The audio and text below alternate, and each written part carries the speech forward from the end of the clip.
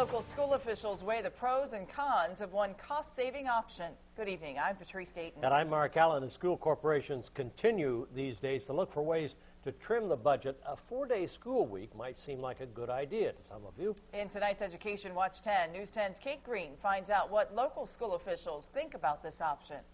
Budget cuts have led to bigger classroom sizes and smaller staff to support them. That's why we wanted to find out for you if a 4-day school week is something to talk about. Here in Vigo County, Superintendent Danny Tanu says they are implementing the 4-day school week this year, but only for the summer. For us, that's going to save us, we think, some considerable amount of money. He says he's not quite convinced it would work year-round. What are you going to do if you're a parent on a Friday, and how much more is that going to cost them for daycare? A main problem even school officials in Sullivan County agree with. In fact, Southwest school officials say they've discussed the model. But again, I'm not convinced yet that it would improve the quality of instruction. I'm not sure that we would make the best use of the extended day. He says the extra day of savings is a good option, but not one this corporation is taking seriously yet. But Illinois did take the 4-day school week seriously just months ago, as lawmakers discussed it, including State Representative and School Superintendent Roger Eddy. I supported the legislation. Whether or not it would work here would take a lot of study. A study considering the real cost for the parents. I don't think there's going to be a lot of support for it here locally. Although the legislation was turned down in the Senate. You never say never. I mean, you have to always think about what might happen. For now, 4-day school weeks may not happen at these 3 schools, but only the days ahead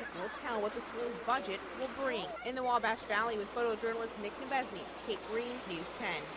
And tomorrow we'll take a look at what schools think about school bus advertisements.